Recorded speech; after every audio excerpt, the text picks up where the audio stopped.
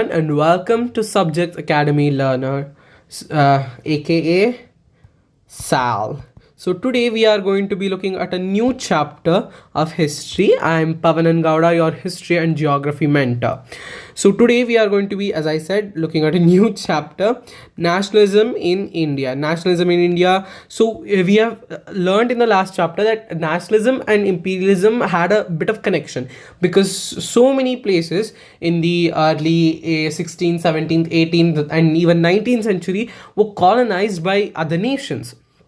The colonizers may be the French or the Dutch Republic, and even Germans, and obviously the British. So that is what imperialism means. So to these colonies which were colonized by all of these colonizers, nationalism meant getting rid of these colonizers, right? So in India also we were colonized by the British, obviously, from 200 years or so. And nationalism for us back then, for the nationalists in India, meant getting rid of this imperialism in India. All right, so we are going to be studying nationalism in India just like that, and we are going to be looking at nationalism in India, or how India got the freedom that we have right now.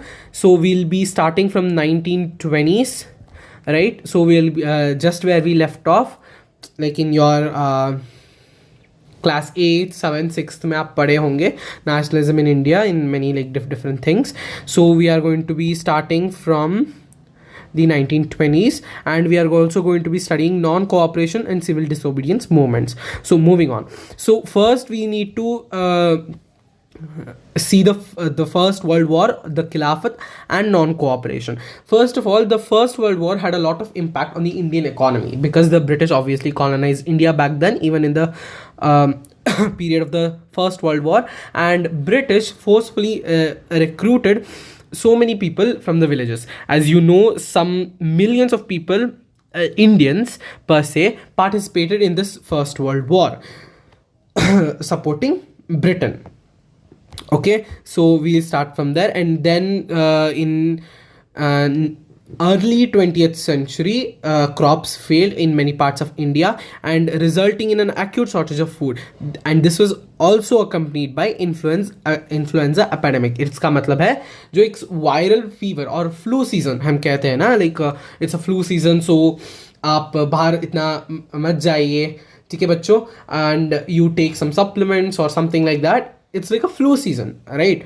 And according to the census of early 20th century, that is 1921, 12 to 13 million people perished as a result of this famine and the epidemic. Famine ka matlab jo food scarcity in like a larger quantity or something. Okay, and then we need to move to the idea of satyagraha, which was introduced by Mahatma Gandhi, which says they can ask you for the 2 marks, what is satyagraha, or 3 marks. Okay, the idea of satyagraha emphasized the power of truth, सच्चाई पर emphasise किया सत्याग्रह ने, ठीक है. And to search, ये जो truth है, ये सच्चाई है, इसको ढूंढने में एम्फेसिस किया सत्याग्रह ने, ठीक है. And it suggested that if the cause was true, मतलब जिस कॉज या फिर जिस रीज़न को आप फाइट कर रहे हैं वो ट्रू है या वह सत्य है, तो if the struggle was against injustice, बुराई के against है, तब physical force was not necessary to fight the oppressor. Without seeking vengeance or being aggressive, a satyagrahi could win the battle through non-violence. Okay, किसी तोड़ फोड़ के अलावा वो एक सत्याग्रही विन कर सकता है ये वॉर को, which is against injustice. Okay, बुराई के against, ठीक है. And this could be done by appealing to the conscience of the oppressor, that means the feelings, or making the oppressor understand the truth. Okay, and then people including the oppressor had to be persuaded to see the truth. Persuaded का मतलब guided to see the truth. Okay, instead of being forced to accept the truth. हमें accept नहीं करना है, हमें वो truth को देखना है फिर accept करना है. डिफरेंस है ना, आप एक्सेप्ट कर दो या आपके पेट मर गई, आपने देखा, आपके पेट मर गई और आपने एक्सेप्ट किया उस फैक्ट को, ऐसा है. I am sorry for that example. And by this struggle truth was bound to ultimately triumph, मतलब विन होने के चांसेस है, 100% है. ओके. एंड एम जी और Mahatma Gandhi believe that this dharma of non-violence could unite all Indians. Okay, and then we have the Satyagraha in Champaran, Bihar, which inspires presence in 1917, and then in 1917 organized Satyagraha in the district of Kheda of Gujarat, affected by crop failure and plague epidemic. And then the peasants of Kheda could not pay revenue and were demanding the revenue collection be relaxed. In 1918, Mahatma Gandhi went to Ahmedabad to organize a satyagraha movement amongst cotton mill workers. They can ask you like the places like Ahmedabad, Kheda or Champaran. Okay, they will ask you in the map. Okay, for they have given you 2 marks for the map from this chapter and 3 from geography, right? And then we'll read about the Rowlatt Act. So in multiple choice questions, you may have seen in sample papers that they will give you like certain facts about the law and you have to identify the law, right? They will surely give you that, I think, from this Rowlatt Act. So what did the Rowlatt Act say? The Rowlatt Act, which was introduced in 1919, could be hurriedly passed through the Imperial Legislative Council, fact, despite the opposition of the Indian members. Obviously British wanted to incorporate all of these Indian members so they won't feel left out and they wouldn't have to revolt. Okay, they saw all of this and they wanted to make something so these Indian people couldn't revolt again. Okay, and then what this Rowlatt Act did is that it gave the power to that police or generals or mainly the British Army in India to detain any political movements that were taking place by Indians and to detain these prisoners for 2 years without any trial. Trial का मतलब आपको movies में देखा होगा ना, जब एक कैदी अरेस्ट होता है तब पुलिस जो कहते हैं इसको कोर्ट में प्रेजेंट करने के लिए ये डॉक्यूमेंट्स प्रिपेयर करो, ठीक है, कहते हैं ना, वैसे कोर्ट के सामने प्रेजेंट करने के लिए तो कोर्ट डिसाइड करेगा इसका क्या शिक्षा है, शिक्षा देंगे, ठीक है. सो ऐसे 2 साल तक वो कोर्ट के सामने प्रेजेंट नहीं कर सकते, ठीक है. इस पावर को दिया रौलत एक्ट ने. चलो, और अब हम जलियनवाला बाग के इंसिडेंट को देखेंगे ऑन April 13th, जो सम ईयर था 1919, ठीक है, on 13th of April, Jallianwala Bagh. So the people gathered here on this auspicious day to celebrate Baisakhi, and some of them came here to spread the nationalist feelings of India, right? And attended to the annual Baisakhi fair, which is this Jallianwala Bagh is in Amritsar, okay, which is in Punjab, obviously. And then from outside the city, many villages were unaware of the martial law. Martial law का मतलब है जो you cannot gather like this in a particular quantity and you cannot discuss these political movements. You can have a rally or something like that. And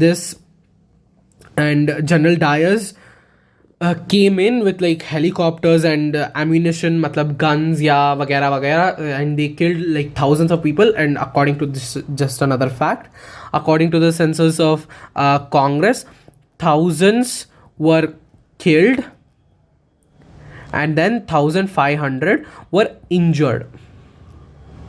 Okay, and a fact that you need to know, but यहाँ पर सिर्फ hundreds were killed लिखा है. Okay, killed hundreds यहाँ पर लिखा है, देख लो, ठीक है.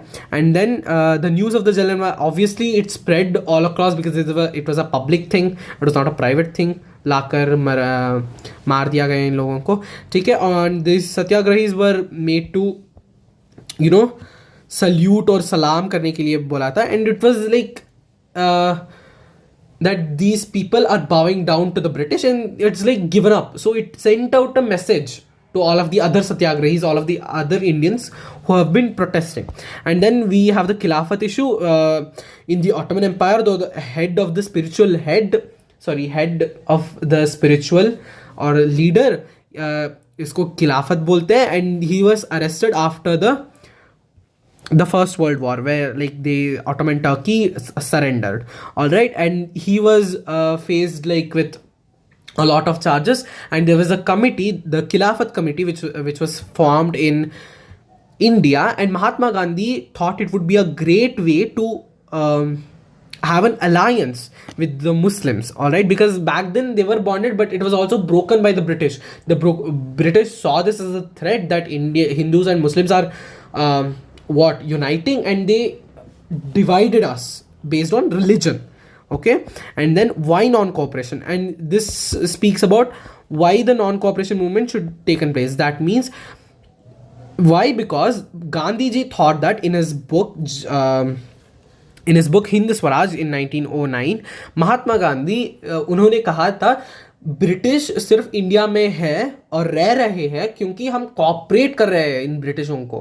ठीक है, पहले से हमने क्या हमने वेलकम किया, अपने ट्रेड किया, स्पाइसेस वगैरह वगैरह, और उन्होंने देखा और हम कॉपरेशन देते रहे और उन्होंने हमें कॉलोनाइज कर लिया। ठीक है, इसीलिए उन्होंने हमें कॉलोनाइज किया, तो हम कॉपरेशन ही नहीं देंगे तो वो यहाँ पर टिक नहीं पाएंगे। तो इसीलिए वाई नॉन कॉपरेशन मूवमेंट, तो ये रीजन लिखना है आपको। Okay, and then differing stands within the movement.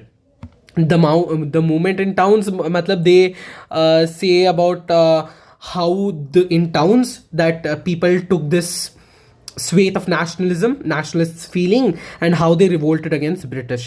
And we see the rebellion in the court side. Okay, we need to. In Awadh, peasants led by Baba Ramchand, a sannyasi, had either been to Fiji and an infidel labor. The movement was against talukdars and landlords, demanded peasants exorbitantly high rents, okay, and variety of other cases. Peasants had to begar का मतलब labor that villagers were forced to contribute within the any payment. या ये लोग आएंगे हमारे घर में, ये लोग को आनी चाहिए और मैं पैसे नहीं दूंगा, ये काम कर चले जाएंगे, ऐसा हो बेगार का मतलब। ठीक है, एंड ये हुआ तालुकदार्स के अंदर था, क्योंकि बहुत सारे रेंट थे। तालुकदार्स नहीं, इंडियन तालुकदार तो नहीं थे, ये ब्रिटिश वाले ही थे। ठीक है, इसीलिए चलो।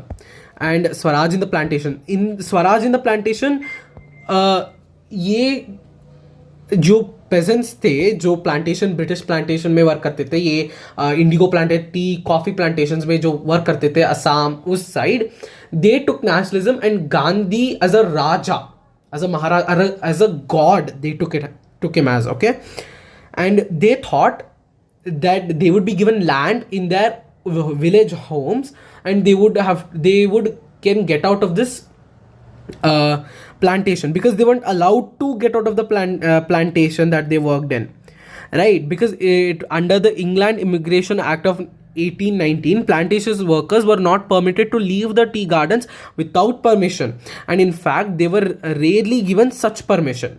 They were not given permission and they had to work, right? So that is why they believed that Gandhi Raj was coming and everyone could be given land in their own villages, like I said. That's why they went home. And next they will give it the Chaura Chori movement. All right, so and the Chaura Chori movement was the peaceful demonstration in the bazaar turned into a violent clash with the police. Hearing the incident, Mahatma Gandhi called a halt to the non-cooperation movement. That is why non-cooperation movement was stopped. All right, and we have towards civil disobedience movement. Civil disobedience का मतलब है disobey करना. Civil मतलब people के साथ, ठीक है, public के साथ ये जो disobey करना, ठीक है। एंड देन और यहाँ पर भी एक और है ये टोरी गवर्नमेंट के बारे में। In Britain constituted sanctuary commission under sir John Simon, ये है गो बैक साइमन वाला। And they got to know about the Simon Commission, arrived in India in 19 and it was greeted with the slogan "Go back Simon." All parties including the Congress and Muslim League participated demonstrations in effort to win over them. The Viceroy Lord Irwin announced in October 29 a vague offer, the dominion status for India in an unspecific future. Okay, the round table conference discussed the future constitution and did not satisfy the Congress leader. The radical within the Congress, led by Jawaharlal Nehru and Subhash Chandra Bose, became more assertive. The liberals and mod. Okay, so the Congress was broken up, and some wanted partial freedom and some wanted complete Swaraj. ठीक है, यहाँ पर कहा है ना पूर्ण Swaraj. Okay, full independence for India. And it was declared on 26 January 1930 would be celebrated as Independence Day, when people were taken pledge and struggle to complete the independence. But celebration attracted very little attention, so Mahatma Gandhi had to find a way to relate this abstract idea of freedom to more concrete issues of everyday life. And we have Salt March, obviously. Mahatma Gandhi ने साबरमती जो अपने आश्रम थी उससे गुजरात की coastal town डरनी में जाकर एक पानी उबलवाई, उससे सॉल्ट आई. You know how to make salt, right? And then how participants saw this movement. Obviously many people had this different ideas, and we have how this commerce industry wale saw the civil disobedience movement. Obviously if they get the freedom, people wouldn't have to pay that much tax or tariffs when they were transporting all of these goods and services, right? All of the industrialists in India during the British Raj, right? And next we move on how women participated. Women obviously participated and got out, but Mahatma Gandhi's idea was women's job is to look after the children, look after the work, and look after the husbands. But women did not obey this, as Mahatma Gandhi said, and they got out of their house to bring Swaraj to India. All right, and then the limits of civil disobedience, we'll talk about this. And then that is it for nationalism in India. But we also have to read about the sense of collective belonging. So I give this as a homework for you to read and analyze this, because this will help your analytical skills in your board exams to analyze the question, to take all of the important things out of it. And this is not so important because, and they might give you this pictures, posters right here, 4 pictures that are there in this whole unit, the sense of collective belonging. So they might give you this, and to recognize the painting in the MCQs or in anything else, but this is not so important, so that's why we are going to skip this. Okay, in conclusion ye pad lenge. A growing anger against the colonial government was thus bringing together various groups of classes of Indian common struggle for freedom, the first of the 20th century. Okay, or the growing anger against the British, right? This brought us all Muslims, Hindus, Sikhs, Jains, Buddhists all together to fight for the freedom of India. The Congress under the leadership of Mahatma Gandhi tried to channel people's grievances into organized movements. When you do things unorganized, they don't lead you anywhere. So organized होनी चाहिए, ठीक है? और यही बताते गए हैं. In other words, what was emerging was a nation with many voices waiting for freedom from colonial rule. All right, so and then they will ask you for the last thing that Mahatma Gandhi said, that was obviously the Quit India movement, which was started in Mumbai. All right, you just need to know all of these facts. Okay, it was the last ultimatum that Mahatma Gandhi gave to the British. So that is it for nationalism in India. And after this session, after the 1st February, we'll be coming up with the PYQs for this chapter. All right, thank you for watching. I'm Pavan N. Gowda, your history and geography mentor at Subjects Academy Learner. Okay, thank you for watching. If you like this video, please do like and comment down below if you have any doubts. I know this was a very fast video and we covered this big chapter in under 20 minutes. So if you have any doubts, please ask them in the comment section and I'll surely reply. Okay, and then yes, we're going to be coming up with many practice tests, etc, and PYQs and map. Also map will be coming from this chapter. All right, so thank you, and please do subscribe to our channel Subject Academy Learner. Thank you.